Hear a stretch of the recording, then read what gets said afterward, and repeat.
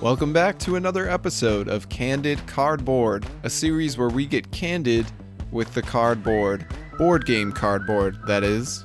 Today, we are going to talk about my first impressions of new releases, including CloudAge, Shores of Tripoli, Sleeping Gods, Age of Steam Deluxe Edition, A War of Whispers, Lost Ruins of Arnak, and Maracaibo.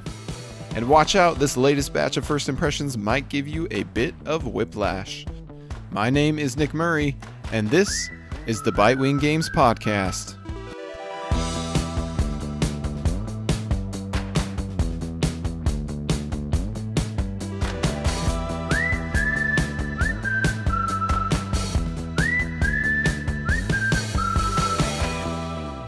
So we're going to dive right into some meaty thoughts that I have on CloudAge, which I have played 2 times now. CloudAge is not great with first impressions, and it struggles to stay engaging after the honeymoon phase. It was a bit of a hassle to grok the rules after my initial read-through. I believe more images and examples could have made things much clearer. Honestly, the core gameplay is quite simple once you get into the groove of playing it, so the rulebook does feel unnecessarily difficult. Additionally, I had heard from multiple people that Chapter 1 of the campaign isn't even worth playing because it cuts out too much juicy goodness for relatively little improvement in accessibility. I can fully appreciate the intention of improving accessibility and easing gamers into the full experience. Gloomhaven Jaws of the Lion, The Crew, and Undaunted are just a few recent designs that have successfully accomplished this. But it sounds like the creators of CloudAge took things a little too far, as some players are coming away from Barebones Chapter 1 with a bland taste in their mouths. Thus, we skipped Chapter 1 and dove straight into Chapter 2. The main changes from Chapter 1 to 2 that I noticed include the opportunity for players to choose some of their starting goals, instead of a completely random deal. Players also receive private objectives to pursue, and the game is longer in both board length and round count for an even bigger finish. If you're the type of gamer who wants a bigger payoff from your custom-built airship, or who shuns designs that don't provide an excellent first play, or who can handle any medium-weight game with general ease, then I too advise that you skip Chapter 1. During our first play, my skepticism with the game started to fade as I taught the game to my wife and we made it through the initial rounds. While a session starts out with a feeling of aimless wandering, things become more tight and intentional as participants grind the gears of efficiency. The 3 phases, production, movement, and actions, make for a rather addictively smooth gameplay loop. Designers Pfister and Steinwender sprinkle just the right amount of luck and mystery across the navigation cards, combat mechanism, and city cards to keep things engaging. The city cards, tucked within the cloud sleeves, are particularly notable. Edges of the city peek out from around the clouds that cover most of the landscape below. These clouds challenge players to observe the visible details on the card, predict which resources will be most profitable, and commit to one resource based on that prediction and their own needs. When your entire turn's plan revolves around having the perfect amount of resources or taking advantage of the potential bonus action, it feels especially good when you slide that card out from behind the clouds and find that you have earned exactly what you need. And I suppose it feels bad when you don't. Mr. Pfister's latest design doesn't stray too far from its popular siblings, Great Western Trail and Maracaibo. Much of the interlocking mechanisms and overall feel shares an undeniable resemblance with those 2 games. Yet folks who are looking for a third gargantuan euro to round out this trilogy might be in for an unpleasant surprise when they catch CloudAge flirting with a significantly less depth and lighter complexity. The creators have made it clear since day one that CloudAge is a simpler game than Great Western Trail and Maracaibo, but I've still seen people acting disappointed that it's not also a heavy weight. Personally, my biggest issue with CloudAge is the shoehorned campaign. This element is so forced, clunky, inelegant, and bland that it actively detracts from the enjoyable parts of the game. Part of the reason the rulebook is a mess is because it flips and flops and stumbles between the unique setups and rules of each scenario. The legacy cards also make way for critical errors. For example, a Chapter 2 card states, "Put all legacy tiles in the active bag," when it really means, "Put used legacy tiles in the active bag." This poor wording teed us up for a messy Chapter 3, when the setup instructed us to place out all the active legacy tiles and left us to flounder in the resulting mess of random new tiles with no context to them. The addition of growth tiles in Chapter 3, a mechanism that is supposed to be exciting and evolutionary to the experience, is perhaps the lamest add-on I've ever seen in a game. It is a unique strategy that you can incorporate into your play, but it's far less interesting than the other options. By separating the game out into an introductory scenario, an intermediate scenario, and a fully fledged scenario, CloudAge sabotages itself by sandwiching its meat between two slices of underwhelming bread. By stretching and segmenting itself to try and satisfy both casual gamers and hardcore hobbyists, it feels like butter scraped over too much bread. Despite the design's relentless attempts to make itself replayable, it struggled to stay fresh after our first play. The forced variety either frustratingly muddies or shamelessly rehashes the existing content. And the core design just doesn't lend itself naturally to refreshing dynamics from one play to the next. Sadly, we found CloudAge to be a rare bungle from Capstone Games. Current rating, 6 out of 10 for CloudAge. But speaking of Capstone Games, I also have some good news. My second play of Maracaibo was just as enjoyable as my first. This game is very similar to Great Western Trail with perhaps an extra layer of complexity added on. It's also an absolute monster to set up and tear down, but both times that I've played, another person has done all the hard work of setting it up for us. I still don't feel the absolute necessity to own a copy of Maracaibo when our copy of Great Western Trail scratches a similar itch and hasn't grown old. But it's a game that I wouldn't avoid the chance to play even more. To put it simply, Maracaibo is initially overwhelming, mysteriously satisfying, oddly familiar, undeniably fun, and undoubtedly fister. And 10 times better than CloudAge. My current rating for Maracaibo, 8 out of 10. Moving on to the Shores of Tripoli, please note that a review copy of the Shores of Tripoli was provided to me by the publisher, and I have played this game one time so far. The Shores of Tripoli is a card-driven historical game set in the early 1800s that sees one player commanding President Thomas Jefferson's American troops against another player who controls the forces of Tripoli. I'll leave the thematic summary at that, as there are plenty other folks with much more knowledge on these events who can really bring the subject to life. In fact, that may be the Shores of Tripoli's greatest compliment and strength. Not only does it come with an entire booklet containing historical supplements and designer's notes, but the art, gameplay, and actions across the cards evoke the period drama to great effect within a production of solid components. For those who love historical settings and themes within their tabletop games, you'll be right at home here within the Shores of Tripoli. If you find yourself to be more of a hopeless historian like me, then the most enjoyment you'll get from the theme might simply be when you finally declare, "It's time to bring out the big guns. Thomas Jefferson, I choose you!" as you slide your massive fleet of ships into the harbors of war with childlike glee. Indeed, for those who are unfamiliar with the enormous niche of historical war games, the Shores of Tripoli may offer a great introduction thanks to its short playtime, under an hour, and medium-light complexity. Although, if the Shores of Tripoli was aiming to be the quintessential gateway historical game, it didn't exactly stick the landing. My biggest beef with Tripoli's accessibility is the bare-bones rulebook. Outside of initial images of the components, we're talking about a rulebook that provides 0 examples, 0 visual aids, nothing, nada, zilch. Now again, this isn't all that complicated of a game, but the cognitive load that is dumped on a complete newcomer who is trying to absorb the rulebook is unnecessarily brutal, thanks to the lack of graphical and hypothetical assistance. This wall of text quickly becomes a jumble of terms. Frigates, infantry, corsairs, Algerine, Marines, Tripolitan, ground combat, harbors, naval combat, patrol zones, Morocco, Tangier, Preble's boys take aim, and on and on. The text's insistence on thematic authenticity actively works against the game's approachability. To the publisher's credit, they did invest in a great how-to-play YouTube video. You can find the link in this blog post on our website at bitewinggames.com. And that was an essential supplement to both keeping me from getting a headache and allowing me to sit down and play the game. It's no excuse for a difficult rulebook, but it's a welcome aid nonetheless. And maybe I was just a weak sauce rules reader, but I still believe this rulebook could have been much more digestible, especially when comparing it to the hundreds of other rulebooks I've consumed with little to no problems. Of course, this isn't the first and last rulebook I'm complaining about in this particular episode. Unfortunately, that pattern of historical authenticity coming with a cost also carries over into the gameplay itself. As the American team, the first few rounds gave me the feeling of biding my time until the mid-game where the real action kicks in. My early decisions felt scripted and predestined, as though there was nothing I would ever do differently given a different situation or hand of cards. Add some Swedish boats here, of course, because that's all the card lets me do anyway. Put down some enemy boats there.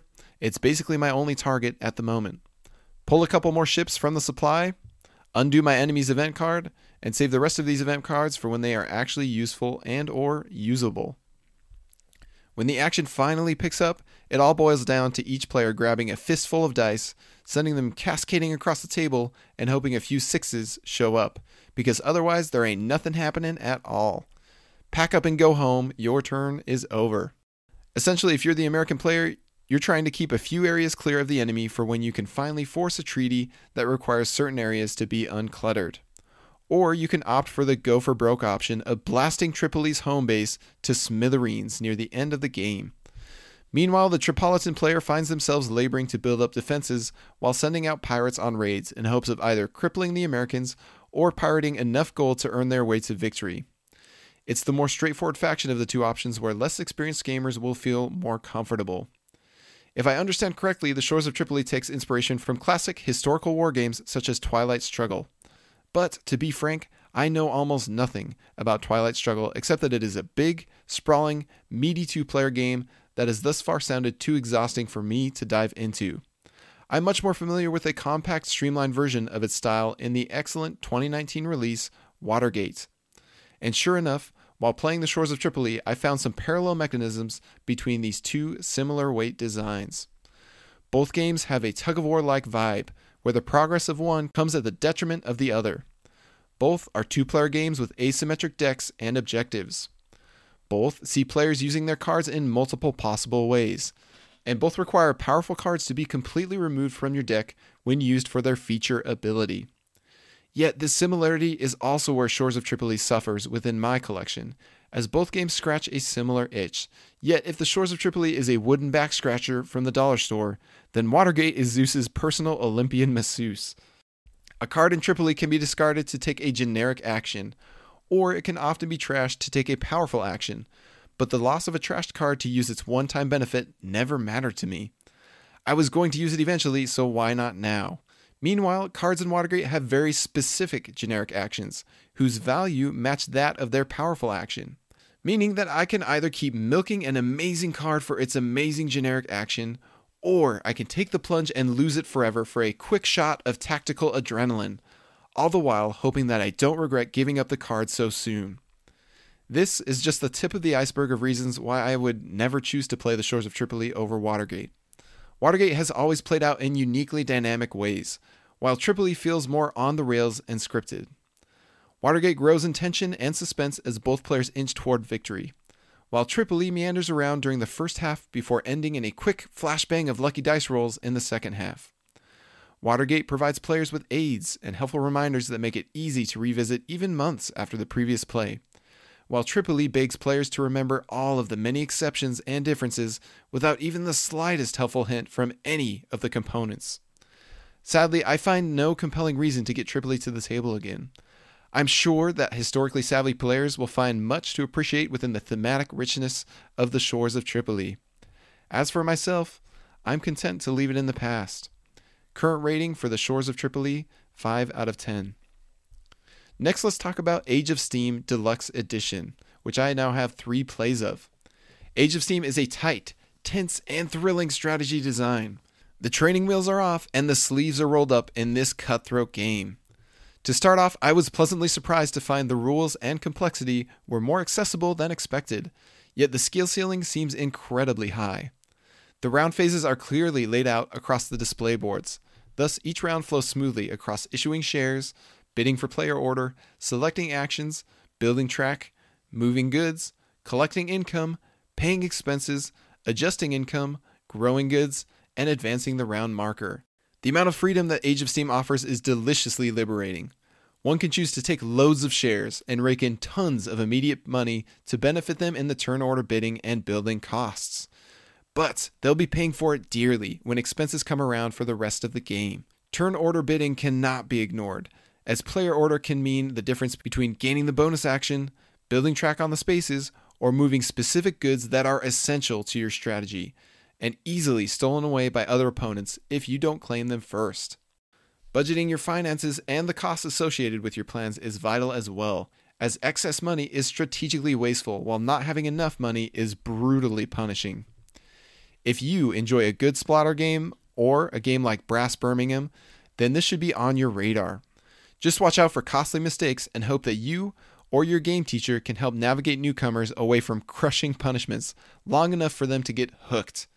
The most soul-crushing aspect of the design is the bankruptcy and player elimination. As long as you can avoid that, which is usually the case, you're in for a treat. My current rating for Age of Steam Deluxe Edition is 10 out of 10. Moving on to Lost Ruins of Arnak, one of the big releases of 2020. I have one play of it so far, and here are my thoughts. Lost Ruins of Arnak is a solid Euro design with a gorgeous production and a good amount of card, action, and ability variety. But on the flip side, I don't find Arnak to be a standout game in any particular way. It's basically a low interaction, resource converting point salad, where you can either move up the tracks, purchase more cards, or hit new action spaces, or a combination of the three to acquire points and bonuses. I get why Arnak has its fans, it just provides me with no compelling reasons to love it or hate it. For me, it's a fine but forgettable game all around. And that's all I have to say about Arnak, because that's really all that stood out to me from it. Current rating 6.5 out of 10. Now let's talk about Sleeping Gods, the mega Kickstarter adventure game from Red Raven Games. This is a game that you can play from start to finish, and it would take you hours and hours to do so, but you can just kind of stop whenever and find a good saving point, kind of like a video game, and then pick it up again later. So my wife and I have done kind of 2 long sessions of this so far, to give you some context of how deep we are into this game. Probably about 4 or 5 hours of playtime total. So I have to accept at this point that sprawling cooperative adventures, such as dungeon crawlers or narrative-driven games, etc., are not exactly my jam. These games almost always feel like work to me, and that's never a desirable feeling when I'm seeking entertainment. It's especially difficult to enjoy these types of games when I see them trying to scratch an itch that a good novel or video game can scratch 1,000 times better. One particular aspect that bogs down the experience is the messy rulebook. So here we are. I promise this is my last time complaining about a rulebook. A lot of rough ones recently. With so many mechanisms and effects going on in the design, we found ourselves frequently turning to the rulebook for clarity during our initial plays. In Sleeping Gods, there has never been an instance where referencing the rulebook wasn't slightly cumbersome and irritating. It's just difficult to find what you are looking for, and such instances always bring the game to a screeching halt. On top of that, within days of the game arriving on backers' doorsteps, Red Raven had to put out 5 pages of errata, frequently asked questions, and advice to try and patch up all the leaky holes in the game's rules. I just struggled to see a session of this game ever going smoothly for us, unless we are playing it multiple times a week and remembering all the tiny little details across the many pages of rules. And for how long it takes to set up and tear down, it doesn't lend itself well to being an easy go-to game on a consistent basis. Sleeping Gods can be played solo, and playing with more people simply divides up the abilities. So there's also not a massively compelling reason to gather a group around for this game in particular, outside of experiencing the adventure together. That just brings me back around to my soul-searching question. Why not read a killer fantasy novel or play a killer adventure video game instead? At least for me, both of these options are far more convenient, streamlined, exciting, and memorable. That said, Sleeping Gods is a pretty solid option within this genre. It really shines in those moments where you find yourself immersed in the experience and not dealing with the bookkeeping or rules referencing. Stunning artwork, superior storytelling, and some solid mechanics help push this one into tolerably enjoyable territory for me. When both my wife and I are in the mood for the storytelling, it's quite fun to get in the spirit of the adventure. The combat and challenges are consistently tough decisions with weighty consequences, which is an essential element to keep me engaged in any game. We saved our last session at a point where our entire crew is banged up pretty badly, desperately in need of some good morale and nourishment.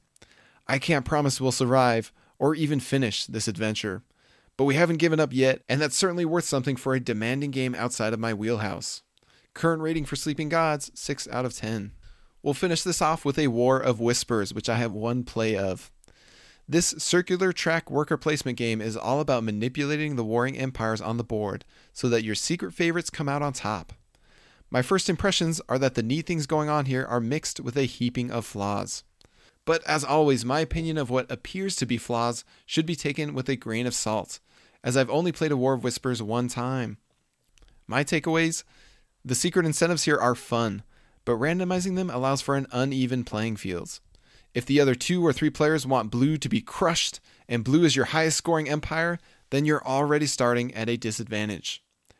Area control on a circular board is nice, but the restrictions imposed by movement rules and the map make it a scripted and sluggish affair. Military units can only move one space at a time and are funneled through very specific connections.